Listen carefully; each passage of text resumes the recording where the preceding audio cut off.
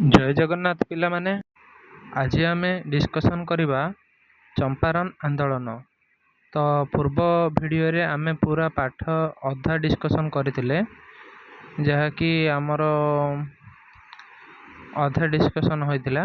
ତ ଆଜି ଆମେ ଡିସ୍କସନ୍ କରିବା ଚମ୍ପାରନ୍ ଆନ୍ଦୋଳନ। ଚମ୍ପାରନ୍ ଆନ୍ଦୋଳନ କେଉଁଠାରେ ହୋଇଥିଲା ଓ କ'ଣ କ'ଣ ହୋଇଥିଲା ଏ ବିଷୟରେ ପୁରା ଡିସ୍କସନ୍ କରିବା। ଭାରତରେ ଗାନ୍ଧିଜୀଙ୍କ ଦ୍ୱାରା ସଂଗଠିତ ପ୍ରଥମ ଆନ୍ଦୋଳନ ଥିଲା ଚମ୍ପାରନ୍ ଆନ୍ଦୋଳନ। ଗାନ୍ଧିଜୀଙ୍କ ଦ୍ୱାରା ପ୍ରଥମ ଆନ୍ଦୋଳନ ହୋଇଥିଲା ଭାରତରେ, ଯେଉଁ ଆନ୍ଦୋଳନକୁ ଆମେ କହୁଛେ ଚମ୍ପାରନ୍ ଆନ୍ଦୋଳନ। ଚମ୍ପାରନ୍ ଆନ୍ଦୋଳନ କାହା ଦ୍ୱାରା ସଂଗଠିତ ହୋଇଥିଲା? ଚମ୍ପାରନ୍ ଆନ୍ଦୋଳନ ଗାନ୍ଧିଜୀଙ୍କ ଦ୍ୱାରା ସଂଗଠିତ ହୋଇଥିଲା। ବିହାରର ଚମ୍ପାରନ୍ ଜିଲ୍ଲାରେ ଚାଷୀମାନଙ୍କୁ ଜମିର 20 ଭାଗରୁ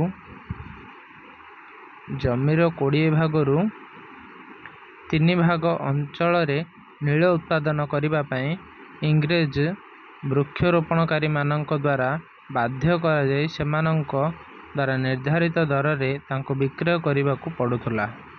ଏହାକୁ 3 କାଠିଆ ବ୍ୟବସ୍ଥା କୁହାଯାଉଥିଲା। ତ ଚମ୍ପାରନ୍ ଯେଉଁ ଆନ୍ଦୋଳନ ହୋଇଥିଲା ସେଇଟା କେଉଁଠି ହୋଇଥିଲା? ବିହାରର ଚମ୍ପାରନ୍ ନାମକ ଯେଉଁ ଗୋଟେ ଜିଲ୍ଲା ଅଛି, ସେଠି ଚମ୍ପାରନ୍ ଆନ୍ଦୋଳନ ହୋଇଥିଲା। ଚମ୍ପାରନ୍ ଆନ୍ଦୋଳନ ଗାନ୍ଧିଜୀଙ୍କ ଦ୍ୱାରା ପ୍ରଥମ ଆନ୍ଦୋଳନ ହୋଇଥିଲା। ଗାନ୍ଧିଜୀଙ୍କ ଦ୍ୱାରା ସଂଗଠିତ ପ୍ରଥମ ଆନ୍ଦୋଳନ କେଉଁ ଆନ୍ଦୋଳନ? ମାନେ ତୁମେ କେଉଁ ଆନ୍ଦୋଳନ ଲେଖିବ? ଚମ୍ପାରନ୍ ଆନ୍ଦୋଳନ। ଚମ୍ପାରନ୍ ଆନ୍ଦୋଳନ କେଉଁଠାରେ ହୋଇଥିଲା? ବିହାରର ଚମ୍ପାରନ୍ ନାମକ ଗୋଟେ ଜିଲ୍ଲା ଅଛି, ଜିଲ୍ଲାଠାରେ ଚମ୍ପାରନ୍ ଆନ୍ଦୋଳନ ହୋଇଥିଲା। ଚମ୍ପାରନ୍ ଆନ୍ଦୋଳନର କ'ଣ ଉଦ୍ଦେଶ୍ୟ? ତ ବିହାରର ଚମ୍ପାରନ୍ ଜିଲ୍ଲାରେ ଚାଷୀମାନଙ୍କୁ ଜମିର 20 ଭାଗରୁ 3 ଭାଗ ଅଞ୍ଚଳରେ ନୀଳ ଉତ୍ପାଦନ କରିବା ପାଇଁ ଇଂରେଜ ବୃକ୍ଷରୋପଣକାରୀମାନଙ୍କ ଦ୍ୱାରା ବାଧ୍ୟ କରାଯାଇ ସେମାନଙ୍କ ଦ୍ୱାରା ନିର୍ଦ୍ଧାରିତ ଦରରେ ତାଙ୍କୁ ବିକ୍ରୟ କରିବାକୁ ପଡ଼ୁଥିଲା। ତ ଜମିର ଯେଉଁ 3 ଭାଗ ଯେଉଁ ରହୁଥିଲା, ଯେଉଁ 4 ଭାଗ ଜମିର 4 ଭାଗରୁ 3 ଭାଗ ଅଞ୍ଚଳରେ ନୀଳ ଉତ୍ପାଦନ କରିବା ପାଇଁ ଇଂରେଜ ବୃକ୍ଷରୋପଣକାରୀମାନଙ୍କ ଦ୍ୱାରା ବାଧ୍ୟ କରାଯାଉଥିଲା। ତ ନୀଳ ଉତ୍ପାଦନ କ'ଣ? ନୀଳ ହେଉଛି ଗୋଟେ ପ୍ରକାର ଚାଷ। ତ 3 ଭାଗ ପୁରା ନୀଳ ଉତ୍ପାଦନ କରିବା ପାଇଁ ଇଂରେଜମାନେ ବାଧ୍ୟ କରୁଥିଲେ, ତାଙ୍କୁ ବିକ୍ରୟ କରିବାକୁ ପଡ଼ୁଥିଲା। ଚାଷ କରାଯାଇ ସେମାନଙ୍କ ଦ୍ୱାରା ନିର୍ଦ୍ଧାରିତ ଦରରେ ତାଙ୍କୁ ବିକ୍ରୟ କରିବାକୁ ପଡ଼ୁଥିଲା। ଏହାକୁ 3 କାଠିଆ ବ୍ୟବସ୍ଥା କୁହାଯାଇଥିଲା। ତ 3 କାଠିଆ ବ୍ୟବସ୍ଥା କାହାକୁ କୁହାଯାଏ? ପରୀକ୍ଷାରେ ଯଦି ପଡ଼ିବ କ'ଣ ଆପଣ ଲେଖିବେ? ତ 3 କାଠିଆ ବ୍ୟବସ୍ଥା ମାନେ କ'ଣ? ବିହାରରେ ଚମ୍ପାରନ୍ ନାମକ ଜିଲ୍ଲାରେ, ମାନେ ବିହାରର ଚମ୍ପାରନ୍ ନାମକ ଗୋଟେ ଜିଲ୍ଲା ଅଛି, ଯେଉଁଠିକି ଚାଷୀମାନଙ୍କୁ 4 ଭାଗ, ଯେଉଁ ଚାଷୀମାନଙ୍କୁ ମାନେ 3 ଭାଗ ଅଞ୍ଚଳରେ ନୀଳ ଉତ୍ପାଦନ କରିବା ପାଇଁ ଇଂରେଜ ବୃକ୍ଷରୋପଣକାରୀମାନଙ୍କ ଦ୍ୱାରା ବାଧ୍ୟ କରାଯାଉଥିଲା, ଯାହାକି ନିର୍ଦ୍ଧାରିତ ଦରରେ ତାଙ୍କୁ ବିକ୍ରୟ କରିବାକୁ ପଡ଼ୁଥିଲା। ଏହାକୁ 3 କାଠିଆ ବ୍ୟବସ୍ଥା କୁହାଯାଏ। ତ ଜମିର 3 ଭାଗ ଅଞ୍ଚଳରେ ପୁରା ନୀଳ ଉତ୍ପାଦନ କରିବା ପାଇଁ ବାଧ୍ୟ କରାହେଉଥିଲା ଇଂରେଜମାନଙ୍କ ଦ୍ୱାରା, ଓ ସେମାନଙ୍କୁ ଗୋଟେ ନିର୍ଦ୍ଧାରିତ ଦରରେ, ମାନେ ଉଚିତ ମୂଲ୍ୟରେ ତାଙ୍କୁ ବିକ୍ରୟ କରିବାକୁ ମଧ୍ୟ ପଡ଼ୁଥିଲା। ଏହାକୁ 3 କାଠିଆ ବ୍ୟବସ୍ଥା ବୋଲି କୁହାଯାଇଥିଲା। ପରବର୍ତ୍ତୀ ସମୟରେ ନୀଳର ଚାହିଦା ହ୍ରାସ ପାଇବାରୁ ଚାଷୀମାନଙ୍କୁ ନୀଳ ଚାଷ ବାଧ୍ୟତାମୂଳକ ନ କରିବା ପାଇଁ ଜମିର ଭଡ଼ା ବୃଦ୍ଧି କରାଗଲା। ତ ପରବର୍ତ୍ତୀ ସମୟରେ କ'ଣ ହେଲା? ନୀଳର ଚାହିଦା ହ୍ରାସ ପାଇଲା। ଯେତେବେଳେ ଯେଉଁ ନୀଳର ଚାହିଦା ବୃଦ୍ଧି ଥିଲା, ମାନେ ଅଧିକ ଚାହିଦା ଥିଲା, ସେତେବେଳେ କ'ଣ କହୁଥିଲେ କି ତମେ ମାନେ ଜମିର 3 ଭାଗ ନୀଳ ଉତ୍ପାଦନ କରିବ ଓ ଏହାକୁ ନିର୍ଦ୍ଧାରିତ ଦରରେ ବିକ୍ରୟ କରିବ। ଏବେ କ'ଣ କହିଲେ? ଯେତେବେଳେ ତା'ର ନୀଳର ଚାହିଦା କମିଗଲା, ନୀଳ ଚାଷ ଗୋଟେ ହେଉଛି ପ୍ରକାର ଗୋଟେ ଚାଷ। ତ ଯେତେବେଳେ ତା'ର ମାନେ ଚାହିଦା ମାର୍କେଟରେ କମିଗଲା, ତ କ'ଣ କହିଲେ? ତ ଯେତେବେଳେ ନୀଳ ଚାଷର ଚାହିଦା କମିଗଲା, ହ୍ରାସ ପାଇଲା, ଚାଷୀମାନଙ୍କୁ ନୀଳ ଚାଷ ବାଧ୍ୟତାମୂଳକ ନ କରିବା ପାଇଁ ଜମିର ଭଡ଼ା ବୃଦ୍ଧି କରାଗଲା। ଚାଷ କରିବାଟା କିଛି ବାଧ୍ୟ ନାହିଁ, ମାତ୍ର ଜମିର ଭଡ଼ାଟା ତୁମେ ଅଧିକ ଦେବ ଓ ଅନେକ ବେଆଇନ ଟିକସ ଆଦାୟ କରାଗଲା। ଆଉ ଯେତିକି ଯେଉଁ ବେଆଇନ ମାନେ କ'ଣ ଯେଉଁଟାକି ଆଇନ ବିରୁଦ୍ଧ ନଥିବ ବେଆଇନ ଟିକସ ସବୁ ଆଦାୟ କରାଗଲା। ଏହା ବିରୋଧରେ ପ୍ରତିବାଦ କରୁଥିବା ଚାଷୀମାନେ ବିଭିନ୍ନ ପ୍ରକାର ଅତ୍ୟାଚାର ଓ ଶୋଷଣର ଶିକାର ହେଲେ। ଯିଏ ବିରୋଧ କଲା କି ଆପଣମାନେ କ'ଣ ପାଇଁ ଆମକୁ ଏମିତି କହୁଛନ୍ତି କି ନୀଳ ଚାଷ କରିବା ପାଇଁ ପ୍ରଥମେ କହିଲେ, ଏବେ କ'ଣ ପାଇଁ ମନା କରୁଛନ୍ତି, ଆଉ ଆମେ କେମିତି କ'ଣ କରିବୁ, ମାନେ ଯିଏକି ବିରୋଧୀ କଲା କି ଏଇଟା ଆମେ ଏମିତି କରିବୁନୁ, ଏଇଟା କରିବୁନୁ, ଆମେ ସେଇଟା କରିବୁନୁ, ଏ ଚାଷ କରିବୁନୁ, ଆମେ ଟିକସ ଦେବୁନୁ, ଜମିର ଭଡ଼ା ଅଧିକ କଲେ ଅଧିକ ଆମେ ଦେବୁନୁ। ତ ସେଠି କ'ଣ ହେଲା କି ଯିଏ ବିରୋଧ ପ୍ରତିବାଦ କଲା ଚାଷୀମାନଙ୍କୁ ବିଭିନ୍ନ ପ୍ରକାର ଅତ୍ୟାଚାର କଲେ ଓ ଶୋଷଣର ଚାଷୀମାନେ ଶିକାର ହେଲେ। ରାଜକୁମାର ଶୁକ୍ଳ ନାମକ ଜଣେ ସ୍ଥାନୀୟ ବାସିନ୍ଦା ରାଜକୁମାର ଶୁକ୍ଳ ନାମକ ଜଣେ ସ୍ଥାନୀୟ ବାସିନ୍ଦାଙ୍କ ନିମନ୍ତ୍ରଣ କ୍ରମେ ଚାଷୀମାନଙ୍କର ସମସ୍ୟାର ଅନୁଧ୍ୟାନ ପାଇଁ ଗାନ୍ଧିଜୀ 1917 ଏପ୍ରିଲରେ ଚମ୍ପାରନ ଜିଲ୍ଲାରେ ସଦର ମହକୁମା ମୋତିହାରୀରେ ପହଞ୍ଚିଲେ। ତ ରାଜକୁମାର ଶୁକ୍ଳ ନାମକ ଜଣେ ସ୍ଥାନୀୟ ବାସିନ୍ଦା ଯିଏକି ଚାଷୀମାନଙ୍କର ସମସ୍ୟାର ସମାଧାନ କରିବା ପାଇଁ ଅନୁଧ୍ୟାନ କରିବା ପାଇଁ ଗାନ୍ଧିଜୀଙ୍କୁ ଡାକିଲା। ତ ଗାନ୍ଧିଜୀ କେବେ ଗଲେ? 1917 ମସିହା ଏପ୍ରିଲରେ ଚମ୍ପାରନ ଜିଲ୍ଲାର ସଦର ମହକୁମା ମୋତିହାରୀରେ ପହଞ୍ଚିଲେ। ଜିଲ୍ଲା ଅଧିକାରୀ ଗାନ୍ଧିଜୀ ଓ ତାଙ୍କ ସହିତ ଯାଇଥିବା ରାଜେନ୍ଦ୍ର ପ୍ରସାଦ, ମୁହାଜର ଉଲ ହକ, ମହାଦେବ ଦେଶାଇ, ନରହରି ପାରିକ ଓ ଜେବି କୃପାଲିନୀଙ୍କୁ ତୁରନ୍ତ ଉକ୍ତ ଜିଲ୍ଲା ଛାଡ଼ି ଚାଲିଯିବାକୁ ନିର୍ଦ୍ଦେଶ ଦେଲେ।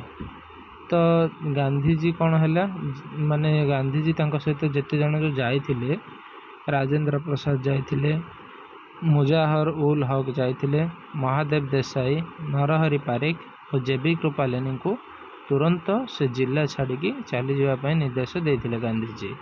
ତ ଗାନ୍ଧିଜୀ ଏହି ନିର୍ଦ୍ଦେଶକୁ ପ୍ରତ୍ୟାଖ୍ୟାନ କରି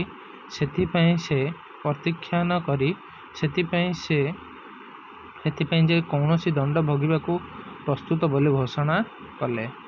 ଗାନ୍ଧିଜୀ ଏହି ନିର୍ଦ୍ଦେଶକୁ ପ୍ରତ୍ୟାଖ୍ୟାନ କରି ସେଥିପାଇଁ ଯେକୌଣସି ଦଣ୍ଡ ଭୋଗିବାକୁ ପ୍ରସ୍ତୁତ ବୋଲି ଘୋଷଣା କଲେ। ଗାନ୍ଧିଜୀ ଦେଖିଲେ କି ଆପଣ ଯେଉଁ ବି ଦଣ୍ଡ ଦେବେ ସେ ଭୋଗିବାକୁ ପ୍ରସ୍ତୁତ ବୋଲି କହିଲେ।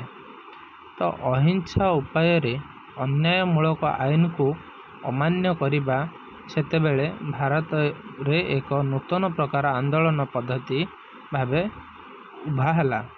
ତ ଅହିଂସା ଉପାୟରେ, ମାନେ ଯେଉଁଟା ହିଂସା ନଥିବ, ଅହିଂସା ଉପାୟରେ ଅନ୍ୟାୟମୂଳକ ଆଇନକୁ ଅମାନ୍ୟ କରିବା ସେତେବେଳେ ଭାରତରେ ଏକ ନୂତନ ପ୍ରକାର ଆନ୍ଦୋଳନର ପଦ୍ଧତି ଭାବେ ଉଭା ହେଲା। ଯେତେବେଳେ ଗାନ୍ଧିଜୀ କହିଲେ, କ'ଣ କହିଲେ କି ଆପଣ ଯେଉଁ ଦଣ୍ଡ ଦେବେ ସେ ଦଣ୍ଡ ଭୋଗିବାକୁ ଆମେ ପ୍ରସ୍ତୁତ ବୋଲି ଘୋଷଣା ଯେତେବେଳେ ଗାନ୍ଧିଜୀ କଲେ, ସେତେବେଳେ ଅହିଂସା ଉପରେ ଅନ୍ୟାୟମୂଳକ ନୀତିକୁ ଅମାନ୍ୟ କରିବା ପାଇଁ ସେତେବେଳେ ଭାରତରେ ଏକ ନୂତନ ପ୍ରକାର ଆନ୍ଦୋଳନ ପଦ୍ଧତି ଭାବ ଉଭା ହେଲା। ଶେଷରେ ସରକାର ଗାନ୍ଧିଜୀଙ୍କୁ ଚମ୍ପାରନ ଚାଷୀମାନଙ୍କ ସମସ୍ୟାଗୁଡ଼ିକ ଅନୁଧ୍ୟାନ କରିବା ପାଇଁ ଅନୁମତି ଦେଲେ ଏବଂ ଏହି ବିଷୟରେ ସରକାରଙ୍କ ଦ୍ୱାରା ଗଠିତ କମିଟିରେ ଗାନ୍ଧିଜୀଙ୍କୁ ଏକ ସଦସ୍ୟ ଭାବେ ଅନ୍ତର୍ଭୁକ୍ତ କଲେ। ତ ମାନେ କ'ଣ ହେଇଛି କି ଶେଷରେ ସରକାର କ'ଣ କଲେ, ଗାନ୍ଧିଜୀଙ୍କୁ ଚମ୍ପାରନ ବିହାରର ଚମ୍ପାରନ ଥିଲା, ଚମ୍ପାରନରେ ଚାଷୀମାନଙ୍କର ସମସ୍ୟାଗୁଡ଼ିକୁ ଅନୁଧ୍ୟାନ କରିବା ପାଇଁ, ସମସ୍ୟାର ସମାଧାନ ସବୁ କରିବା ପାଇଁ ଅନୁମତି ଦେଲେ। କାହାକୁ? ଗାନ୍ଧିଜୀଙ୍କୁ ଦେଲେ। ଏବଂ ଏ ବିଷୟରେ ସରକାରଙ୍କ ଦ୍ୱାରା ଗଠିତ କମିଟିରେ ଗାନ୍ଧିଜୀଙ୍କୁ ଏକ ସଦସ୍ୟ, ମାନେ ଯେଉଁ କମିଟି ଯେଉଁ ଗଠନ କରିଥିଲେ ସେ କମିଟିରେ ଗୋଟେ ମେମ୍ବର ହିସାବରେ ଗାନ୍ଧିଜୀଙ୍କୁ ସେଠି କମିଟିର ମେମ୍ବର ଗୋଟେ କଲେ। ସେ ସମସ୍ୟାର ସମାଧାନ କରିବା ପାଇଁ, ଯେଉଁ ଚାଷୀମାନଙ୍କର ଯେଉଁ ସମସ୍ୟା ହେଉଥିଲା ସେ ସମସ୍ୟାର ସମାଧାନ କରିବା ପାଇଁ ଗାନ୍ଧିଜୀଙ୍କୁ ଗୋଟେ ମେମ୍ବର ମଧ୍ୟ କଲେ। ଗଠିତ ହୋଇଥିଲା, ଗାନ୍ଧିଜୀଙ୍କ ସଦସ୍ୟ ଭାବେ ଅନ୍ତର୍ଭୁକ୍ତ ମାନେ ମେମ୍ବର ଗୋଟେ କଲେ। ତାପରେ ଗାନ୍ଧିଜୀ ନିଜେ ଅନୁସନ୍ଧାନ କରି ଚାଷୀମାନଙ୍କୁ ଇଂରେଜ ମାଲିକଙ୍କ ଶୋଷଣରୁ ରକ୍ଷା କରିବା ନିମନ୍ତେ ଆନ୍ଦୋଳନ କରି ସଫଳ ହେଲେ। ତ ଗାନ୍ଧିଜୀ କ'ଣ ହେଲେ, ନିଜେ ଅନୁସନ୍ଧାନ କରିକିରି ଚାଷୀମାନଙ୍କୁ ଇଂରେଜ ମାଲିକର ଶୋଷଣରୁ, ମାନେ ଇଂରେଜମାନଙ୍କର ଯେଉଁ ଶୋଷଣ ଯେଉଁ କରୁଥିଲେ ଆମକୁ, ସେ ଶୋଷଣରୁ ରକ୍ଷା କରିବା ନିମନ୍ତେ ଆନ୍ଦୋଳନ କରି ଗାନ୍ଧିଜୀ ସେଠି କ'ଣ ସଫଳ ହେଲେ। ତିନି କାଠିଆ ବ୍ୟବସ୍ଥା ଉଚ୍ଛେଦ ହେଲା ଏବଂ ଇଂରେଜ ମାଲିକଙ୍କ ଦ୍ୱାରା ବେଆଇନ ଭାବ ଆଦାୟ କରାଯାଇଥିବା ଅର୍ଥର ଶତକଡ଼ା 25% ଚାଷୀମାନଙ୍କୁ ଫେରାଇ ଦିଆଗଲା। ତ କ'ଣ ହେଲା, ଯେଉଁ ତିନି କାଠିଆ ବ୍ୟବସ୍ଥା ଯେଉଁ ହେଇଥିଲା ସେ ତିନି କାଠିଆ ବ୍ୟବସ୍ଥାକୁ କ'ଣ ଉଚ୍ଛେଦ କରାହେଲା ଏବଂ ଇଂରେଜ ମାଲିକଙ୍କ ଦ୍ୱାରା ଯେଉଁ ବେଆଇନ ଭାବରେ ଯେଉଁ ଆଦାୟ ଯେଉଁ ଟ୍ୟାକ୍ସ ଯେଉଁ ନେଉଥିଲେ ଟ୍ୟାକ୍ସର କ'ଣ ହେଲା ଶତକଡ଼ା 25% ମାନେ 25% କ'ଣ କରାହେଲା ଚାଷୀମାନଙ୍କୁ ଫେରାଇ ଦିଆଗଲା। 1 ବର୍ଷ ମଧ୍ୟରେ ଇଂରେଜ ବୃକ୍ଷରୋପଣକାରୀମାନେ ସେହି ଅଞ୍ଚଳ ଛାଡ଼ି ଚାଲିଗଲେ। ଗୋଟେ ବର୍ଷ ଭିତରେ ଏମିତି କରାହେବା ପରେ କ'ଣ ହେଲା, ଗୋଟେ ବର୍ଷ ଭିତରେ ଇଂରେଜ ବୃକ୍ଷରୋପଣକାରୀମାନେ ସେହି ଅଞ୍ଚଳ ଛାଡ଼ି ଚାଲିଗଲେ। କେଉଁ ଅଞ୍ଚଳ? ଚମ୍ପାରନ, ବିହାରର ଚମ୍ପାରନ ଛାଡ଼ି ଚାଲିଗଲେ। ଚମ୍ପାରନ ଆନ୍ଦୋଳନ ଗାନ୍ଧିଜୀଙ୍କ ନେତୃତ୍ୱରେ ଭାରତର ପ୍ରଥମ ସଫଳ ଅହିଂସା ଆନ୍ଦୋଳନ ଥିଲା। ତ ଗାନ୍ଧିଜୀଙ୍କ ଦ୍ୱାରା ପ୍ରଥମ ସଫଳ ଅହିଂସା ଆନ୍ଦୋଳନ କେଉଁ ଆନ୍ଦୋଳନ ଥିଲା କି ଚମ୍ପାରନ ଆନ୍ଦୋଳନ ଥିଲା। ଗାନ୍ଧିଜୀଙ୍କ ଦ୍ୱାରା ପ୍ରଥମ ଅହିଂସା ଆନ୍ଦୋଳନ ଥିଲା। ତ ପିଲାମାନେ ଚମ୍ପାରନ ଆନ୍ଦୋଳନ ଆମର ସରିଯାଇଛି। ଏବେ ଆସିଲା ଖେଡ଼ା ଆନ୍ଦୋଳନ। ତ ଖେଡ଼ା ଆନ୍ଦୋଳନ କେବେ ହୋଇଥିଲା, କେଉଁ ଜାଗାରେ ହୋଇଥିଲା, କ'ଣ ପାଇଁ ହୋଇଥିଲା, ପୁରା ଡିସ୍କସନ୍ କରିବା। ତ ଖେଡ଼ା ଆନ୍ଦୋଳନ କେବେ ହୋଇଥିଲା? 1918 ମସିହାରେ ଦୁର୍ଭିକ୍ଷ ଯୋଗୁଁ ଗୁଜୁରାଟ ସ୍ଥିତ ଖେଡ଼ା ଜିଲ୍ଲାରେ ଶସ୍ୟ ଉତ୍ପାଦନ ବାଧାପ୍ରାପ୍ତ ହେଲା। ତ 1918 ମସିହାରେ କ'ଣ ହେଇଛି, ଯେଉଁ ଦୁର୍ଭିକ୍ଷ ଯେଉଁ ହୋଇଥିଲା, ଯେମିତି ଆମ 9ଙ୍କ ଦୁର୍ଭିକ୍ଷ ମାନେ କ'ଣ, ଖାଇବାକୁ ପିଇବାକୁ କିଛି ବି ମିଳିବନି, ହାହାକାର ସବୁ ପ୍ରକାର ଅବସ୍ଥା ହେବ। ଯୋଉଠି ହେଲେ କିଛି ଖାଇବାକୁ ପତ୍ର କିଛି ମିଳିବନି, ଗଛ ମାନେ ଚାଷବାସ କିଛି ହେବନି, ବର୍ଷା ହେବନି ଠିକ୍ ସମୟରେ। ତ ସେହାକୁ ଆମେ ଦୁର୍ଭିକ୍ଷ ବୋଲି କହୁ। 1918 ମସିହାରେ ଦୁର୍ଭିକ୍ଷ ହେଲା, କେଉଁଠି ହେଲା? ଗୁଜୁରାଟ ସ୍ଥିତ ଖେଡ଼ା ଜିଲ୍ଲାରେ ଶସ୍ୟ ଉତ୍ପାଦନର ବାଧାପ୍ରାପ୍ତ ହେଲା। ଶସ୍ୟ ଉତ୍ପାଦନ କେମିତି ହେବ? ଦୁର୍ଭିକ୍ଷ ହେବ ମାନେ ମରୁଡ଼ି ଭଳିଆ, ବର୍ଷା ହେବନି, ମାନେ କିଛି ଗଛ ଲଗାଇଲେ ବର୍ଷା ହେଲେ ତ ଚାଷ ହେବ, ଚାଷ ହେଲେ ତ ଲୋକ ଖାଇବେ। ତ ଶସ୍ୟ ଉତ୍ପାଦନ ବାଧାପ୍ରାପ୍ତ ହେଲା। କେବେ? 1918 ମସିହା ଗୁଜୁରାଟ ସ୍ଥିତ ଖେଡ଼ା ଜିଲ୍ଲାରେ ଶସ୍ୟ ଉତ୍ପାଦନରେ ବାଧାପ୍ରାପ୍ତ ହେଲା। ତତ୍କାଳୀନ ରାଜସ୍ୱ ବିଭାଗର ଏକ ନିୟମ ଅନୁଯାୟୀ ଜମିର ସ୍ୱାଭାବିକ ଉତ୍ପାଦନ ପରିମାଣ 1/4ରୁ କମ୍ ପରିମାଣରେ ଶସ୍ୟ ଉତ୍ପାଦନ ହେଲେ ଚାଷୀମାନଙ୍କ ରାଜସ୍ୱ ଦେୟ ପରିମାଣ କୋହଳ କରାଯିବାର ବ୍ୟବସ୍ଥା ଥିଲା। ତ କ'ଣ ହେଲା, ରାଜସ୍ୱ ବିଭାଗ ମାନେ ଯେଉଁ ଆମେ ଯେଉଁ ରେଭିନ୍ୟୁ ମାନେ ଯେଉଁ କହୁଛେ, ରାଜସ୍ୱ ବିଭାଗ ମାନେ ଯେଉଁ RI ଏସବୁ ଏବେ ଯେଉଁ ମାନେ କହୁଛ, ରାଜସ୍ୱ ବିଭାଗର ଗୋଟେ ନିୟମ ଥିଲା କି ଏକ ନିୟମ ଥିଲା। ଏ ନିୟମ ଅନୁଯାୟୀ ଜମିର ସ୍ୱାଭାବିକ ଉତ୍ପାଦନ ମାନେ ଯେତିକି ଯେଉଁ ଉତ୍ପାଦନ ହେଉଛି, ଉତ୍ପାଦନର ପରିମାଣ 1/4 ମାନେ କ'ଣ, 1/4, 4 ଭାଗରୁ ଭାଗେ ଉତ୍ପାଦନ 1/4 କମ୍ ପରିମାଣରେ ଶସ୍ୟ ଉତ୍ପାଦନ ହେଲେ, ଯଦି 4 ଭାଗରୁ ମାନେ ଗୋଟେ ଭାଗ ପୁରା କମ୍ ପରିମାଣରେ ଯଦି ଉତ୍ପାଦନ ହେଲା, ତାହେଲେ କ'ଣ ହେଲେ ଚାଷୀମାନଙ୍କର ରାଜସ୍ୱ ଦେୟର ପରିମାଣ କୋହଳ କରାଯିବାର ବ୍ୟବସ୍ଥା ଥିଲା। ଠିକ୍ ଅଛି। ତ ଖେଡ଼ା ଚାଷୀମାନଙ୍କୁ ଇଂରେଜ କର୍ମଚାରୀମାନେ ସମ୍ପୂର୍ଣ୍ଣ ରାଜସ୍ୱ ଭରଣା କରିବାକୁ ବାଧ୍ୟ କରିବାରୁ ଗାନ୍ଧିଜୀ ଏହା ବିରୋଧରେ ସତ୍ୟାଗ୍ରହ କରିବାକୁ ଚାଷୀମାନଙ୍କୁ ସଂଗଠିତ କରିଥିଲେ। ତ ଗାନ୍ଧିଜୀ ଏଇଟା କେତେ ମସିହା ଖେଡ଼ା ଆନ୍ଦୋଳନ ପୁରା ଇମ୍ପୋର୍ଟାଣ୍ଟ, 1918 ମସିହାରେ ହୋଇଥିଲା। ତ 1918 ମସିହାରେ ହୋଇଥିଲା। ଏଇଠି ଆମେ ଦେଖିଲେ କ'ଣ, ଖେଡ଼ା ଚାଷୀମାନଙ୍କୁ ଇଂରେଜ କର୍ମଚାରୀମାନେ ସମ୍ପୂର୍ଣ୍ଣ ରାଜସ୍ୱ ଭରଣା କରିବାକୁ ବାଧ୍ୟ କରୁଥିଲେ। ତ ରାଜସ୍ୱ ଦେବା ପାଇଁ ମାନେ କମ୍ପଲସରି ସେଇଟା ଗୋଟେ ମାନେ ବାଧ୍ୟ କରୁଥିଲେ ଇଂରେଜ କର୍ମଚାରୀମାନେ ଖେଡ଼ା ଚାଷୀମାନଙ୍କୁ ପୁରା ବାଧ୍ୟ କରୁଥିଲେ। ବାଧ୍ୟ କରିବାରୁ କ'ଣ ହେଲା, ଗାନ୍ଧିଜୀ ଏହା ବିରୋଧରେ ଗୋଟେ ସତ୍ୟାଗ୍ରହ କରିବାକୁ ଚାଷୀମାନଙ୍କୁ ସଂଗଠିତ କଲେ। ସତ୍ୟାଗ୍ରହ ମାନେ କ'ଣ, ସତ୍ୟ ଓ ଅହିଂସା ଉପାୟ ଅବଲମ୍ବନ କରି ଯେଉଁଟା ହେଉଥିଲା ଗାନ୍ଧିଜୀଙ୍କର ସେ ସତ୍ୟାଗ୍ରହ। ତ ଚାଷୀମାନେ ଖଜଣା ଦେୟକୁ ପ୍ରତ୍ୟାଖ୍ୟାନ କଲେ। ଏବଂ ଏଥିପାଇଁ ଯେକୌଣସି ପରିଣାମ ଭୋଗିବାକୁ ପ୍ରସ୍ତୁତ ହେଲେ।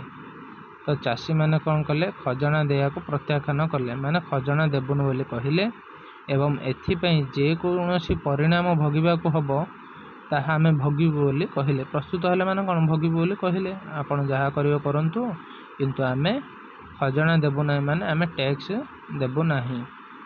ଶେଷରେ ଇଂରେଜ ସରକାର କ'ଣ କଲେ? ଶେଷରେ ଇଂରେଜ ସରକାର ବାଧ୍ୟତାମୂଳକ ରାଜସ୍ୱ ଆଦାୟରୁ ନିବୃତ୍ତ ହେଲେ।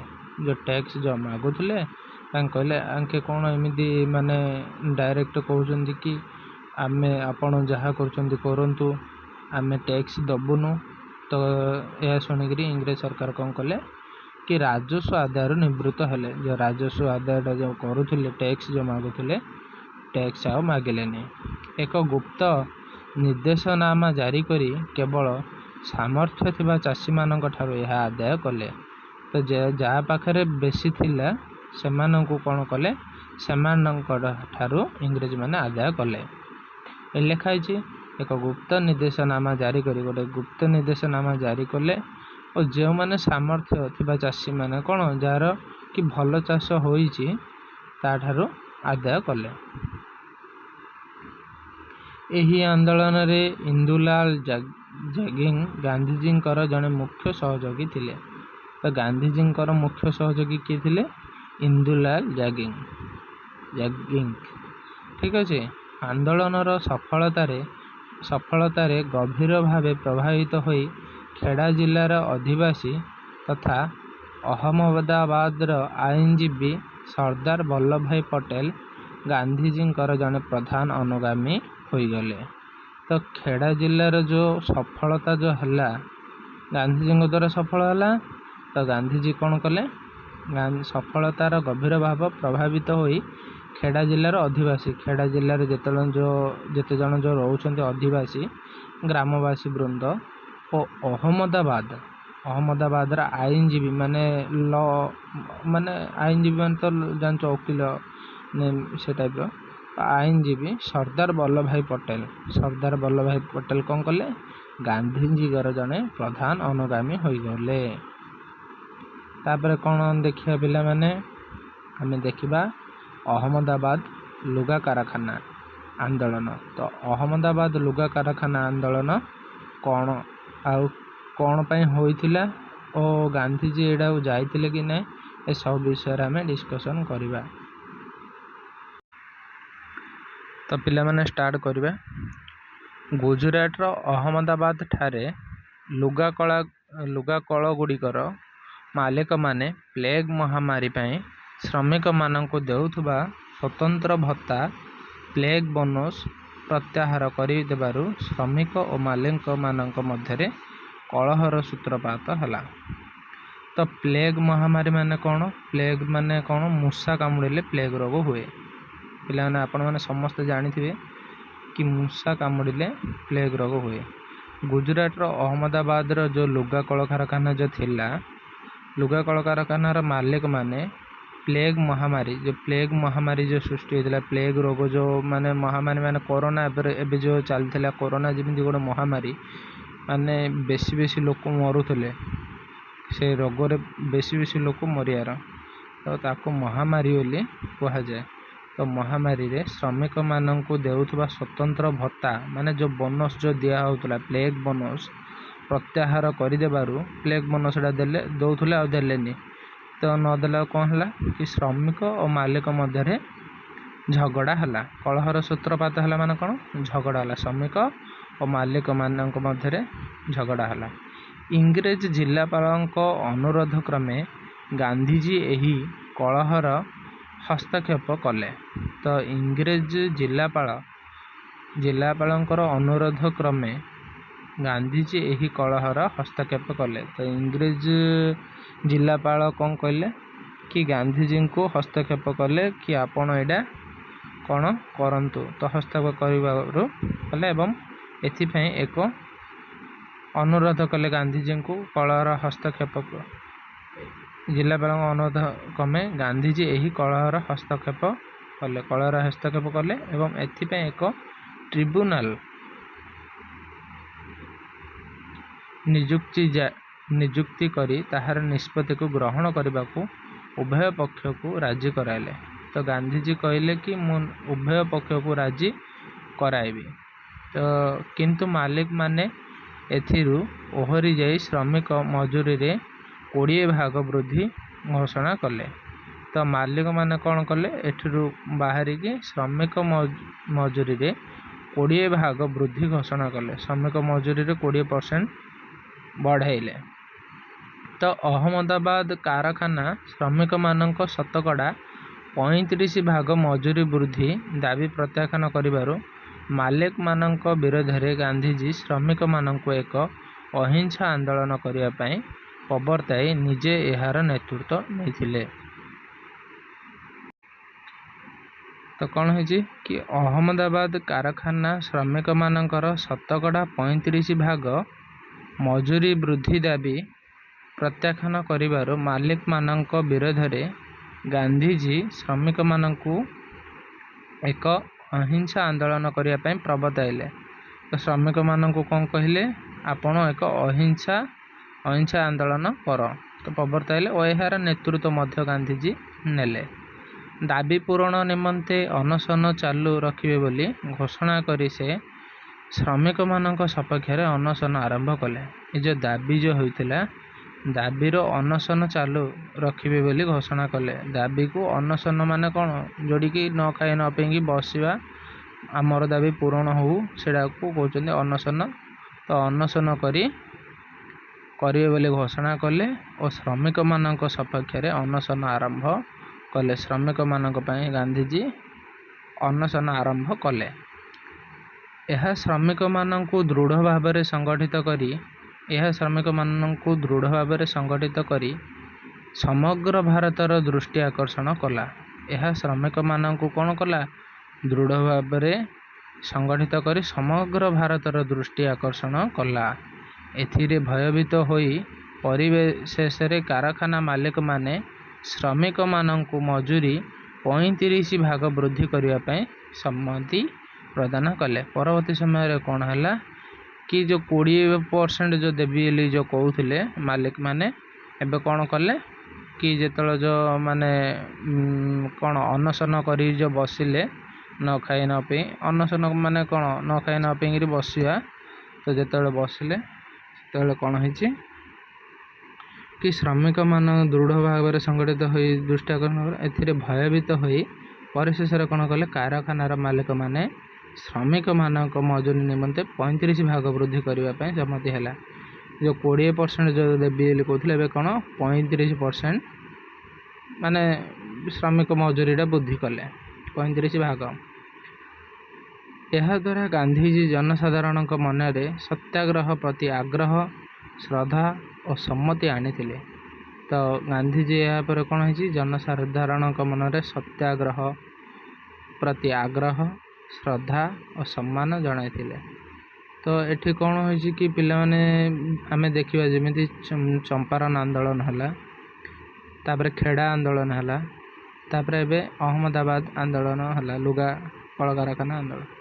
ତ ଏ ତିନିଟା ଜାଗାରେ ଆମେ ଦେଖିଲେ କି ଗାନ୍ଧିଜୀ କେଉଁଠି ହିଂସା ମାର୍ଗରେ ଆପଣାଇ ନଥିଲେ, ସବୁ ଅହିଂସା ମାର୍ଗରେ। ଆମେ ମାନେ କ'ଣ, ଚମ୍ପାରଣରେ ବି ସେମିତି ଇଂରେଜମାନଙ୍କୁ କହିଥିଲେ ଯେତେବେଳେ, ତ ଚମ୍ପାରଣରେ ବି ସେମିତି। ତ ଖେଡ଼ାରେ ବି ଦେଖିଲେ ଆପଣମାନେ, ସବୁ କୋଡ଼ାରେ ହିଂସା ନାହିଁ, ଅହିଂସା, ବାଡ଼ାବାଡ଼ି ମାରା ପାଟିତୁଣ୍ଡ କୋଡ଼ାରେ ବି ନାହିଁ।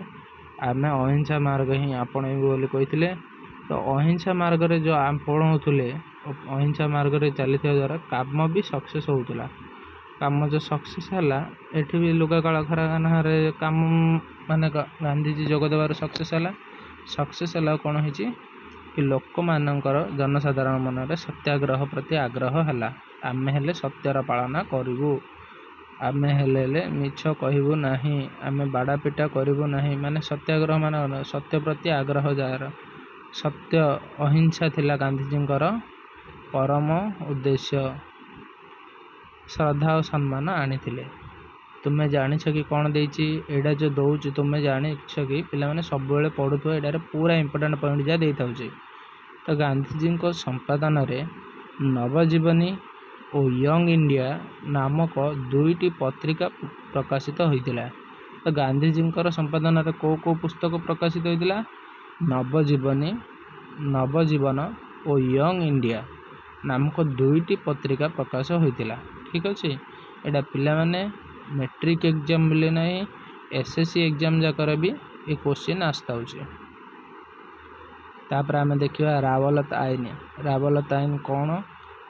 ରାୱଲତ ଆଇନ ଗାନ୍ଧୀଜୀ ଯାଇଥିଲେ କି ନାହିଁ ଓ କ'ଣ ଏ ଭିତରେ ହୋଇଛି? ରାୱଲତ ଆଇନ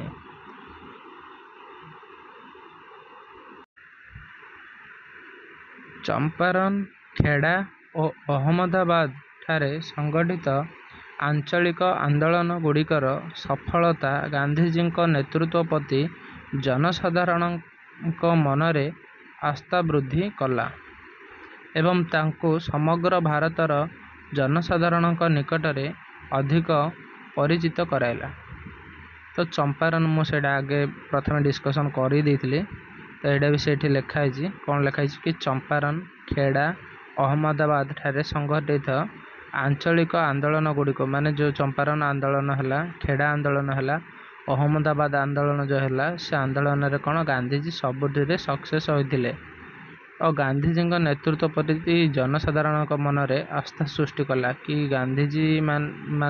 ଗାନ୍ଧୀଜୀଙ୍କ ପ୍ରତି ଜନସାଧାରଣ ମାନେ ଲୋକମାନଙ୍କର ମନରେ କ'ଣ ଗୋଟେ ମାନେ ଜନସାଧାରଣ ଲୋକମାନଙ୍କର ମଧ୍ୟରେ ଗୋଟେ ଆଗ୍ରହ ସୃଷ୍ଟି କଲା ଓ ନାଇଁ ଗାନ୍ଧୀଜୀଙ୍କ ମଧ୍ୟରେ ଗୋଟେ ମାନେ ସତ୍ୟ ଓ ଅହିଂସା ଦ୍ୱାରା ଗାନ୍ଧୀଜୀ ଯାହା ବି କିଛି ଯେଉଁ କରୁଛନ୍ତି ତାହାର ସକ୍ସେସ୍ ପାଉଛନ୍ତି ଏଇଟା ଦେଖିଲେ ଏବଂ ତାଙ୍କୁ ସମଗ୍ର ଭାରତର ଜନସାଧାରଣ ନିକଟରେ ଅଧିକ ପରିଚିତ କଲା। ତ ଗାନ୍ଧୀଜୀଙ୍କୁ କ'ଣ କଲା?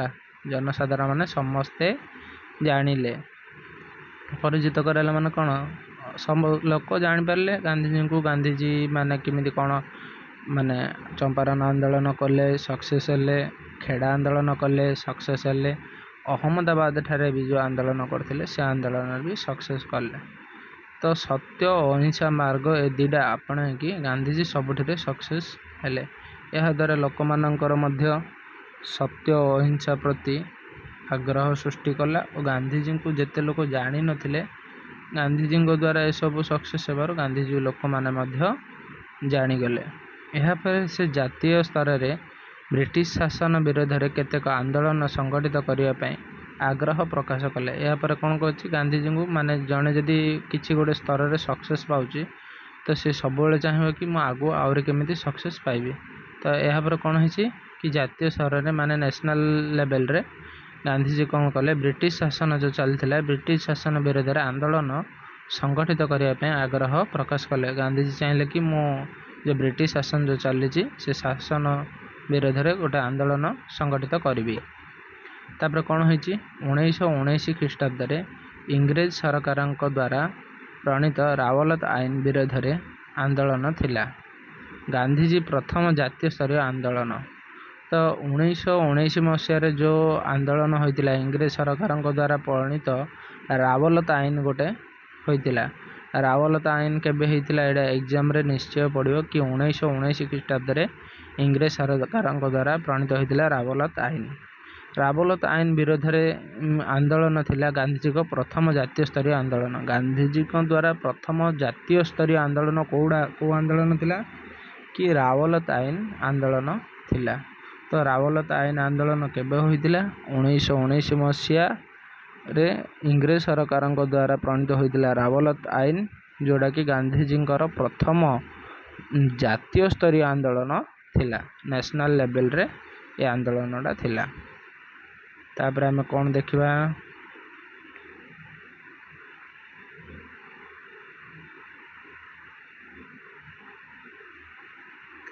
ପ୍ରଥମ ବିଶ୍ୱଯୁଦ୍ଧରେ ଭାରତ ଇଂରେଜ ଓ ମିତ୍ର ଶକ୍ତିକୁ ବହୁ ଭାବରେ ସାହାଯ୍ୟ କରିଥିଲା। ପ୍ରଥମ ବିଶ୍ୱଯୁଦ୍ଧରେ କ'ଣ ହୋଇଛି କି ଭାରତ ଇଂରେଜ ଓ ମିତ୍ର ଶକ୍ତିକୁ ବହୁ ଭାବରେ ସାହାଯ୍ୟ କରିଥିଲା। ଭାରତୀୟମାନେ ଆଶା କରିଥିଲେ ଯେ ଯୁଦ୍ଧ ପରେ ଇଂରେଜ ସରକାର ଭାରତର ରାଜନୀତିକ ଦାବିଗୁଡ଼ିକୁ ପୂରଣ କରିବେ, କିନ୍ତୁ ସେମାନେ ନିରାଶ ହେଲେ। ପ୍ରଥମ ବିଶ୍ୱଯୁଦ୍ଧରେ କ'ଣ ହେଲା? ଭାରତ ଇଂରେଜ ଓ ମିତ୍ର ଶକ୍ତିକୁ ବେଶୀ ସାହାଯ୍ୟ କରିଥିଲେ, କିନ୍ତୁ ଭାରତୀୟମାନେ ଯେଉଁ ଆଶା କରିଥିଲେ କି ଯୁଦ୍ଧ ପରେ ଇଂରେଜ ସରକାର ଭାରତୀୟମାନଙ୍କ ଦାବି ପୂରଣ କରିବେ କିନ୍ତୁ ସେ ଦାବି ପୂରଣ କରିନଥିଲେ। ତେଣୁକରି କ'ଣ ହେଲା, ଭାରତୀୟମାନେ ସବୁ ନିରାଶ ହୋଇଥିଲେ। ଇଂରେଜ ସରକାର ଭାରତରେ ବିଦ୍ରୋହ ଓ ବିପ୍ଳବାତ୍ମକ କାର୍ଯ୍ୟକଳାପକୁ ଦମନ କରିବା ପାଇଁ ବିଚାରପତି ରାୱଲଙ୍କ ଅଧ୍ୟକ୍ଷତାରେ ଏକ କମିଟି ଗଠନ କରିଥିଲେ। ଇଂରେଜ ସରକାର କ'ଣ କଲେ, ଭାରତରେ ଯେଉଁ ବିଦ୍ରୋହ ହେଉଛି, ବିଦ୍ରୋହ ଓ ବିପ୍ଳବାତ୍ମକ କାର୍ଯ୍ୟକଳାପ ଯେଉଁ ହେଉଛି ସେଟାକୁ ଦମନ ମାନେ ଶେଷ କରିବା ପାଇଁ ବିଚାରପତି ରାୱଲଙ୍କ ଅଧ୍ୟକ୍ଷତାରେ ଏକ କମିଟି ଗଠନ କରିଥିଲେ। ରାୱଲଙ୍କ ଦମନ କରିବା ପାଇଁ ମାନେ ବିଚାରପତି ରାୱଲଙ୍କ ଅଧ୍ୟକ୍ଷତାରେ ଗୋଟେ କମିଟି ଗଠନ କରିଥିଲେ। ଏହି କମିଟିର ସୁପାରିଶ ଅନୁସାରେ ଯେଉଁ ଆଇନ ପ୍ରଣୟନ ହୋଇଥିଲା ତାହା ରାୱଲତ ଆଇନ ନାମରେ ପରିଚିତ। ତ ଇଂରେଜ ସରକାର ଭାରତରେ ଯେଉଁ ବିଦ୍ରୋହ ଓ ବିପ୍ଳବାତ୍ମକ କାର୍ଯ୍ୟକଳାପକୁ ଦମନ କରିବା ପାଇଁ ବିଚାରପତି ରାୱଲଙ୍କ ଅଧ୍ୟକ୍ଷତାରେ ଏକ କମିଟି ଗଠନ କରିଥିଲେ। ସେହି କମିଟିର ନାମ ହେଉଛି, ମାନେ ଏହି କମିଟି ସୁପାରିଶ ଅନୁସାରେ ଯେଉଁ ଆଇନ ପ୍ରଣୟନ ହୋଇଥିଲା ସେହି ଆଇନକୁ ଆମେ କ'ଣ କହିବା, ରାୱଲତ ଆଇନ ବୋଲି କହୁ। ତ ରାୱଲତ ଆଇନ କ'ଣ ଜାଣିଗଲ ପିଲାମାନେ? ଏହି ଆଇନ ବଳରେ ଇଂରେଜ ସରକାର ଯେକୌଣସି ଭାରତୀୟଙ୍କୁ ଗିରଫ କରି ବିନା ବିଚାରରେ କାରାଦଣ୍ଡରେ ଦଣ୍ଡିତ କରିପାରିବାର ବ୍ୟବସ୍ଥା କରାଗଲା। ଏହି ଆଇନ ବଳରେ କ'ଣ ହେଲା, ଇଂରେଜ ସରକାର ଯେକୌଣସି ଭାରତୀୟଙ୍କୁ ଗିରଫ କରି ବିନା ବିଚାରରେ କାରାଦଣ୍ଡରେ ଦଣ୍ଡିତ କରିବାର ବ୍ୟବସ୍ଥା କରାଗଲା। ଏ ଆଇନରେ କ'ଣ କରାହେଲା କି ମାନେ ବିନା କାରଣରେ ମଧ୍ୟ ଭାରତୀୟମାନଙ୍କୁ ଦଣ୍ଡରେ ଦଣ୍ଡିତ କରିବା ବୋଲି ସେ ଆଇନ ପ୍ରଣୟନ କରିଥିଲେ। ଭାରତୀୟମାନଙ୍କୁ ଗିରଫ କରି ମନ ଇଚ୍ଛା ମାନେ ହାଜତରେ ପୁରେଇବେ ଓ ବିନା ବିଚାରରେ କିଛି ବିଚାର ନକରି କାରାଦଣ୍ଡରେ ଦଣ୍ଡିତ କରିବାର ବ୍ୟବସ୍ଥା କରାଗଲା। ଏହାଦ୍ୱାରା ଜନସାଧାରଣଙ୍କ ସ୍ୱାଧୀନତା ଓ ଅଧିକାର କ୍ଷୁଣ୍ଣ ହେଲା। 1919 ଫେବୃଆରୀରେ ଗାନ୍ଧିଜୀ ଏକ ସତ୍ୟାଗ୍ରହ କମିଟି ଗଠନ କରି ଏହାର ସଭ୍ୟମାନଙ୍କୁ ଏହି ଆଇନକୁ ଅମାନ୍ୟ କରିବା ପାଇଁ ତଥା ଏହା ବିରୋଧରେ ସତ୍ୟ ଓ ଅହିଂସା ଭିତ୍ତିକ ଆନ୍ଦୋଳନ କରିବା ପାଇଁ ପ୍ରବର୍ତ୍ତାଇଥିଲେ। 1919 ଫେବୃଆରୀରେ ଇଂରେଜ ଏକ ସତ୍ୟାଗ୍ରହ 1919 ଫେବୃଆରୀରେ ଗାନ୍ଧିଜୀ ଏକ ସତ୍ୟାଗ୍ରହ କମିଟି ଗଠନ କରିଥିଲେ। 1919 ମସିହା ଫେବୃଆରୀରେ ଗାନ୍ଧିଜୀ ଗୋଟେ ସତ୍ୟାଗ୍ରହ କମିଟି ଗଠନ କଲେ। ସେ କମିଟିରେ କ'ଣ ସଭ୍ୟମାନଙ୍କୁ ଏହି ଆଇନକୁ ଅମାନ୍ୟ କରିବା ପାଇଁ ତଥା ଏହା ବିରୋଧରେ ସତ୍ୟ ଓ ଅହିଂସା ଭିତ୍ତିକ ଆନ୍ଦୋଳନ କରିବା ପାଇଁ ପ୍ରବର୍ତ୍ତାଇଥିଲେ।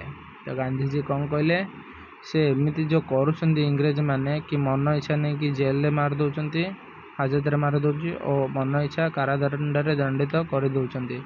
ତ ଏଟା କ'ଣ ଠିକ୍ କି?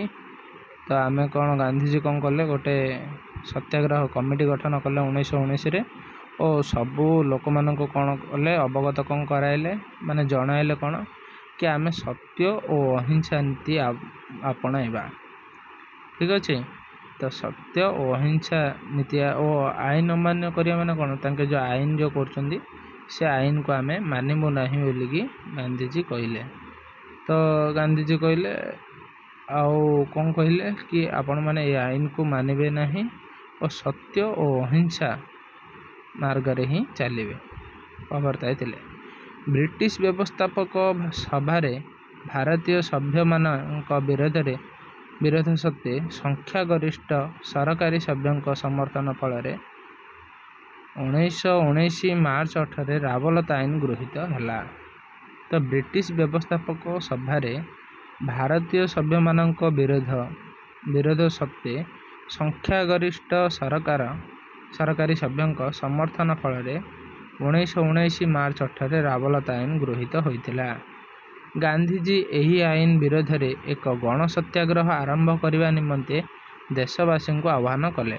ତ ଗଣ ସତ୍ୟାଗ୍ରହ କରିବା ପାଇଁ ଦେଶବାସୀମାନଙ୍କୁ ଗାନ୍ଧିଜୀ କହିଲେ। ତ ଗାନ୍ଧିଜୀଙ୍କ ଗଣ ଆଇନ ଅମାନ୍ୟ ଆନ୍ଦୋଳନ ହିଂସାତ୍ମକ ଦିଗରେ ଗତି କରିବାର ଆଶଙ୍କା କରି ଶ୍ରୀମତୀ ଆନି ବେସାନ୍ତ ଗାନ୍ଧିଜୀଙ୍କୁ ବିରୋଧ କରିଥିଲେ। ତ କ'ଣ ହେଇଛି, ଗାନ୍ଧିଜୀଙ୍କ ଗଣ ଆଇନ ଯେଉଁ ଲୋକମାନଙ୍କର ଆଇନ ଅମାନ୍ୟ ଆନ୍ଦୋଳନ ହିଂସାତ୍ମକ ଦିଗରେ ଗତି କରିବାର ଆଶଙ୍କା କରି ହିଂସାତ୍ମକ ଦିଗର ଆଶା କରି ଶ୍ରୀମତୀ ଆନି ବେସାନ୍ତ ଗାନ୍ଧିଜୀଙ୍କୁ ବିରୋଧ କରିଥିଲେ। ତାଙ୍କ ବ୍ୟତୀତ ଦୀନଶ ଏଦୁଲଜୀ ୱାଚା, ସୁରେନ୍ଦ୍ରନାଥ ବାନାର୍ଜୀ, ତେଜ ବାହାଦୁର ସାପରୁ ଓ ଶ୍ରୀନିବାସ ଶାସ୍ତ୍ରୀଙ୍କ ଭଳି ନେତାଗଣ ମଧ୍ୟ ଗାନ୍ଧିଜୀଙ୍କୁ ସତ୍ୟାଗ୍ରହକୁ ବିରୋଧ କରିଥିଲେ। ଗାନ୍ଧିଜୀଙ୍କ ସତ୍ୟାଗ୍ରହକୁ କିଏ କିଏ ବିରୋଧ କରିଥିଲେ? ଆନି ବେସାନ୍ତ, ଦୀନେଶ ଏଦୁଲଜୀ ୱାଚା, ସୁରେନ୍ଦ୍ରନାଥ ବାନାର୍ଜୀ, ତେଜ ବାହାଦୁର ସାପରୁ ଓ ଶ୍ରୀନିବାସ ଶାସ୍ତ୍ରୀଙ୍କ ଭଳି ନେତାଗଣ ମଧ୍ୟ ଗାନ୍ଧିଜୀଙ୍କ ସତ୍ୟାଗ୍ରହକୁ ବିରୋଧ କରିଥିଲେ।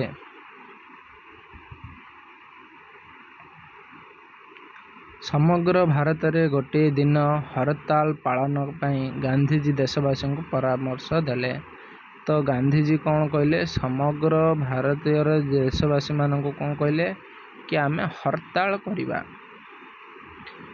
ସରକାରଙ୍କ ନୀତିର ପ୍ରତିବାଦ ସ୍ୱରୂପ ସବୁ ପ୍ରକାର କାର୍ଯ୍ୟ ବନ୍ଦ କରି ଉପବାସ ଓ ପ୍ରାର୍ଥନା ଦ୍ୱାରା 1919 ଏପ୍ରିଲ 6 ତାରିଖ ଦିନ ଦେଶବ୍ୟାପୀ ହରତାଳ ପାଳନ କରାଗଲା।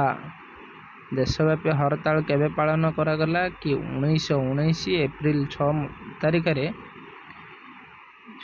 ଦିନ ଦେଶବ୍ୟାପୀ ହରତାଳ ପାଳନ କରାଗଲା। ତାପରେ କ'ଣ ହେଇଛି? 1919 ଏପ୍ରିଲ 9 ତାରିଖରେ ଗାନ୍ଧିଜୀଙ୍କୁ ଗିରଫ କରି ଛାଡ଼ି ଦିଆଗଲା।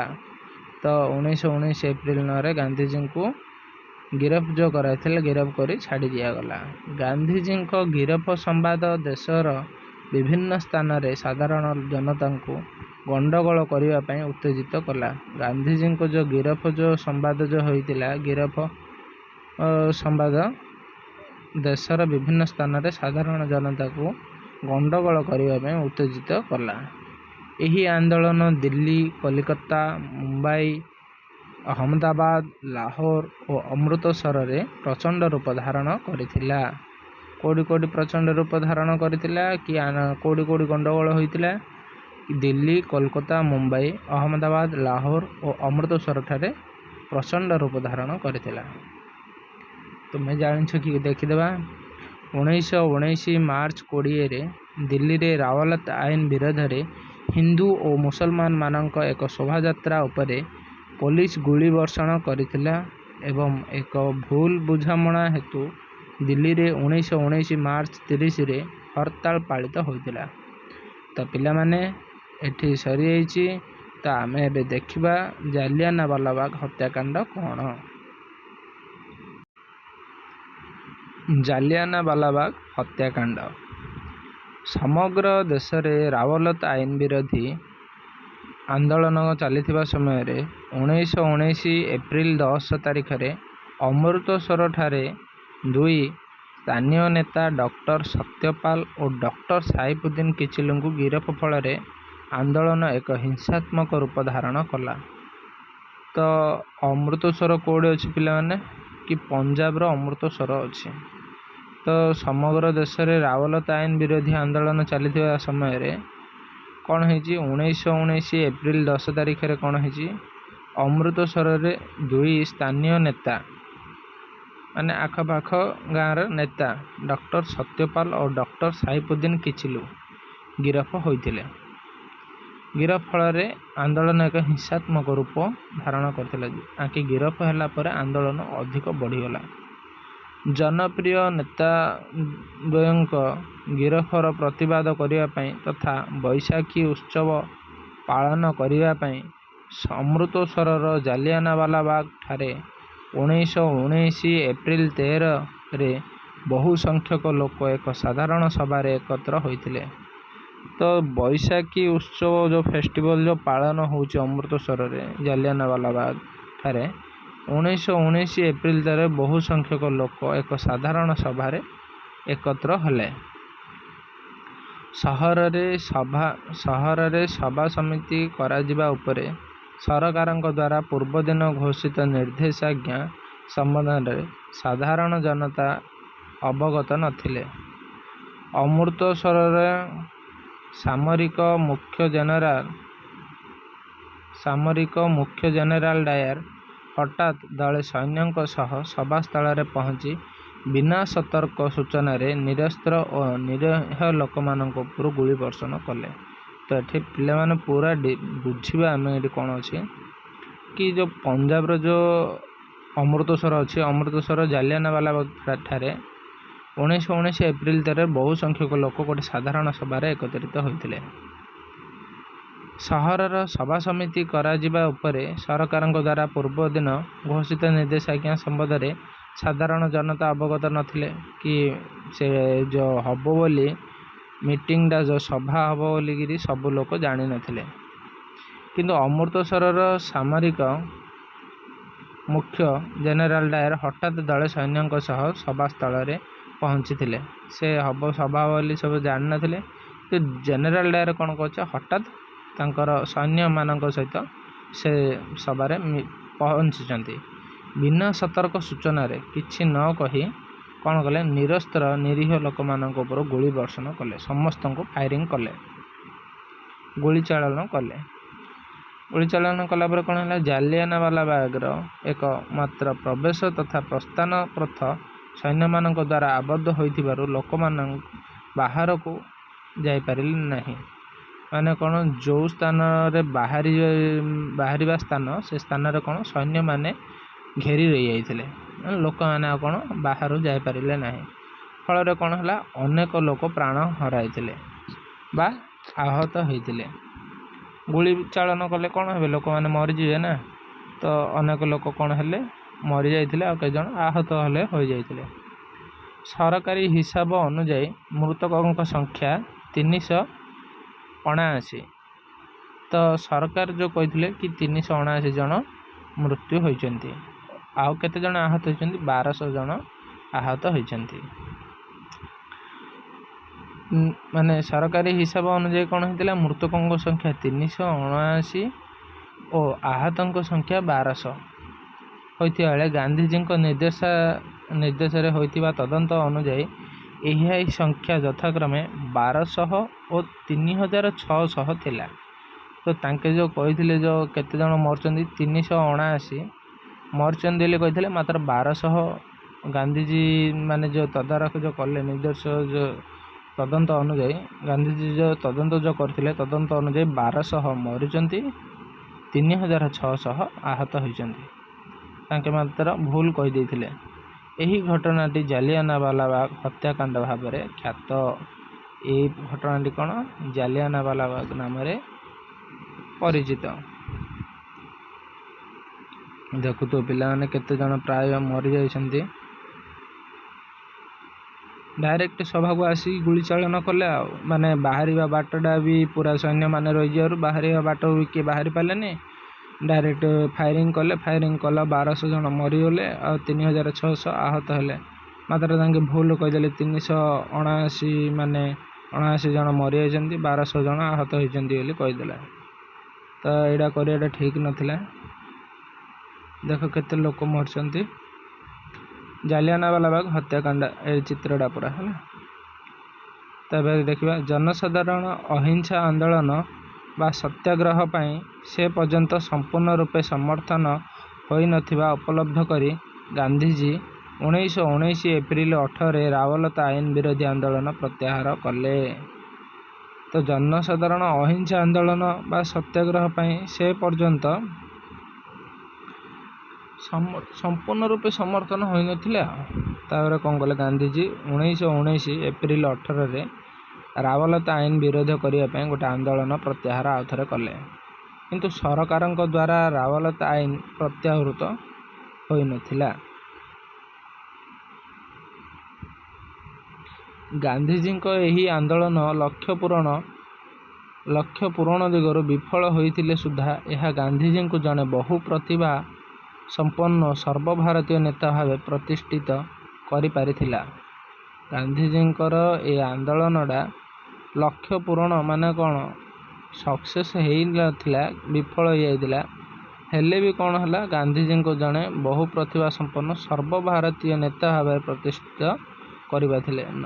ମାନେ ସକ୍ସେସ୍ ନ ହେଲା ପରେ ବି ଗାନ୍ଧିଜୀ କ'ଣ ଗୋଟେ ନେତା ଭାବରେ ପ୍ରତିଷ୍ଠିତ ଥିଲେ। ଜାଲିଆନାବାଲାବାଗ ହତ୍ୟାକାଣ୍ଡର ବର୍ବରୋଚିତ କାର୍ଯ୍ୟ ସାରା ବିଶ୍ୱକୁ ଚକିତ କରିଦେଇଥିଲା। ତ ପିଲାମାନେ ଜାଲିଆନାୱାଲାବାଗ ହତ୍ୟାକାଣ୍ଡ କେଉଁଠି ହୋଇଥିଲା ରେ? ତ ପିଲାମାନେ କମେଣ୍ଟ ସେକ୍ସନରେ ଆନ୍ସର ଜଣାଇବ। ଅମୃତସର ମାନେ କେଉଁଠୁର? ପଞ୍ଜାବର ଅମୃତସର ଠାରେ ହେଇଥିଲା। ଠିକ୍ ଅଛି, ପୁରା କୋଶ୍ଚିନ୍ ଯାକ ପୁରା ଇମ୍ପୋର୍ଟାଣ୍ଟ, ମନ ଦେଇ ଶୁଣ। ମୁଁ ପୁରା MCQ ଡିସ୍କସନ୍ କରିଦେଇ ତୁମକୁ କେଉଁଠି ବି ଭୁଲ ଆଉ ହେବନି।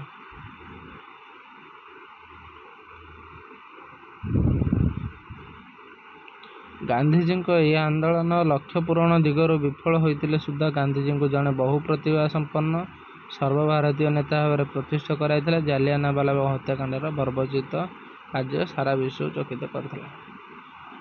ଅମୃତସର ଘଟଣା ପରେ ପଞ୍ଜାବରେ ସାମରିକ ଆଇନ ଘୋଷିତ ହେଲା ଏବଂ ଏଠାକାର ଜନତା ଅକଥନୀୟ ଅତ୍ୟାଚାରରେ ସମ୍ମୁଖୀନ ହେଲେ। ଏହି ଘଟଣାଟି ପ୍ରଚାରିତ ହେବା ଫଳରେ ସମଗ୍ର ଦେଶରେ ଆତଙ୍କର ବାତାବରଣ ଖୋଲିଗଲା। ଅତ୍ୟନ୍ତ ଘୃଣାର ସହିତ ଗାନ୍ଧିଜୀ ବ୍ୟକ୍ତ କଲେ, କୌଣସି ପ୍ରକାରରେ ଭାରତୀୟମାନେ ସରକାରଙ୍କ ପୈଶାଚିକ ପ୍ରବୃତ୍ତିକୁ ଗ୍ରହଣ କରିବା ପାପ। ଏକ ନୂତନ ରାଜନୈତିକ ଆନ୍ଦୋଳନରେ ଝାସ ଦେବା ଲାଗି ମହାତ୍ମା ଗାନ୍ଧୀ ଦେଶବାସୀଙ୍କୁ ଡାକରା ଦେଲେ। ଇଂରେଜ ସରକାରଙ୍କ ବର୍ବରୋଚିତ କାର୍ଯ୍ୟର ପ୍ରତିବାଦ ସ୍ୱରୂପ ବିଶ୍ୱକବି ରବୀନ୍ଦ୍ରନାଥ ଠାକୁର ନାଇଟ୍ ପଦ ଓ ଗାନ୍ଧିଜୀ କାଇଜର-ଇ-ହିନ୍ଦ ପଦ ତ୍ୟାଗ କରିଥିଲେ। ତ ନାଇଟ୍ ପଦବୀ କାହାକୁ ମିଳିଥିଲା? ରବୀନ୍ଦ୍ରନାଥ ଠାକୁର। ରବୀନ୍ଦ୍ରନାଥ ଠାକୁର କ'ଣ କଲେ? ନାଇଟ୍ ପଦବୀ ତ୍ୟାଗ କଲେ ଓ ଗାନ୍ଧିଜୀ କ'ଣ କଲେ? କାଇଜର-ଇ-ହିନ୍ଦ ଉପାଧିକୁ ତ୍ୟାଗ କଲେ। ତୁମେ ଜାଣିଛ କି? କ'ଣ ଜାଣିଛ କି? କୌଣସି ବ୍ୟକ୍ତିର ମହତ୍ ଗୁଣ ପାଇଁ ବା ରାଜସେବା ପାଇଁ ବା ସାମରିକ କ୍ଷେତ୍ରରେ ଅସାଧାରଣ ବୀରତ୍ୱ ପାଇଁ ଇଂରେଜ ସରକାରଙ୍କ ଦ୍ୱାରା ପ୍ରଦତ୍ତ ନାଇଟ୍ ପଦ ଉକ୍ତ ବ୍ୟକ୍ତିଙ୍କୁ ସାର୍ ଉପାଧିରେ ଭୂଷିତ କରୁଥିଲା। କାଇଜର-ଇ-ହିନ୍ଦର ଅର୍ଥ କ'ଣ? କାଇଜର-ଇ-ହିନ୍ଦର ଅର୍ଥ କ'ଣ? ହିନ୍ଦୁସ୍ତାନର ସମ୍ରାଟ। ଏଇଟା ବି କୋଶ୍ଚିନ୍ ଆସିପାରେ MCQରେ। ଏହା ଗାନ୍ଧିଜୀଙ୍କୁ ଇଂରେଜଙ୍କର ଦ୍ୱାରା ଭାରତରେ ତାଙ୍କର ଅସାଧାରଣତ୍ୱ ନେତୃତ୍ୱ ସ୍ୱୀକୃତି ସ୍ୱରୂପ ପ୍ରଦାନ କରାଯାଇଥିଲା। ହିନ୍ଦୁସ୍ତାନର ସମ୍ରାଟ ବୋଲି କାହାକୁ କୁହାଯାଇଥିଲା? ଗାନ୍ଧିଜୀଙ୍କୁ। କାଇଜର-ଇ-ହିନ୍ଦ ସେ ପଦବୀ ଗାନ୍ଧିଜୀ ତ୍ୟାଗ କରିଦେଇଥିଲେ। ଆଉ ନାଇଟ୍ ପଦବୀର ଅର୍ଥ କ'ଣ? ଇଂରେଜମାନ ନାଇଟ୍ ଯେଉଁ ଦେଇଥିଲେ, ନାଇଟ୍ ହେଉଛି ସାର୍। ସାର୍ ପଦବୀଟା ତ୍ୟାଗ କରିଦେଇଥିଲେ କିଏ? କିଏ କରିଥିଲେ? ବିଶ୍ୱକବି ରବୀନ୍ଦ୍ରନାଥ ଠାକୁର। ତ ପିଲାମାନେ ଆମେ ଏବେ କ'ଣ ଦେଖିବା?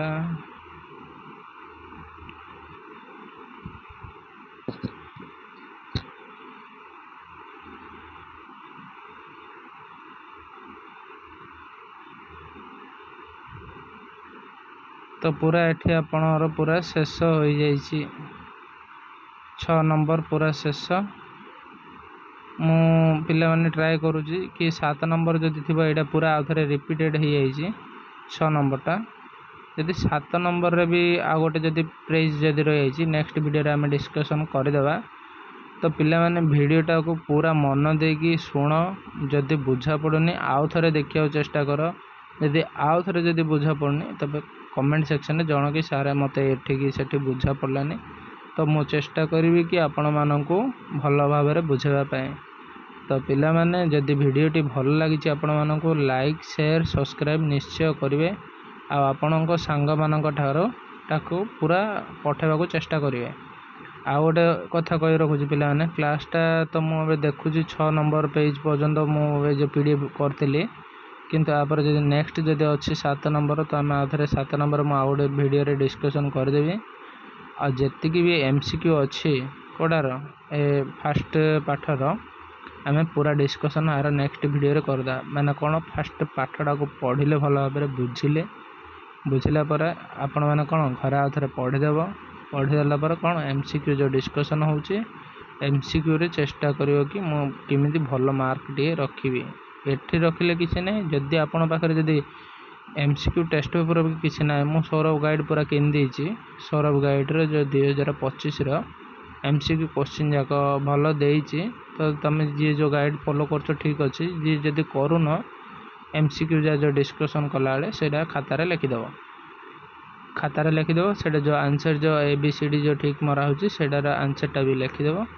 प्रैक्टिस करदो तुम तुम सांग सहित मिसिकी दी जन प्रैक्टिस कर कि भाई आम MCQ डिस्कसन करवा। डिस्कसन कले कौन माने पढ़ी पाठटा टी अधिक मन एग्जाम रे भल कर आप कि घुषार किसी कारण ना। पाठ जमी पढ़ाला तुम आराम रे पढ़ बुझ पढ़ाला बेले मन दे शुणगले थरुड़ी तुम जब पूरा बुझी जाइछ किच्छा दरकार ना। एग्जाम रे जमी बुझुछ सेमती ही लेखिकी आसो। घोषी देकर कौन लिखिदेले तुम जी मार्क मिले तार अधिक मार्क मिले तुम निज भाषा लिख। निज भाषा माने कौन जहाँ बुझ ताहा लिख भल मार्क मिल। मु आशा करुँचे भिडटी समस्त भल भाव बुझी दियो। जदि कौटी बुझीनी मत कमेंट सेक्शन रे पिला माने जनइब। तो पिला माने वीडियो जदि भल लगी लाइक शेयर सब्सक्राइब निश्चय करियो। रहूची पिला माने जय जगन्नाथ।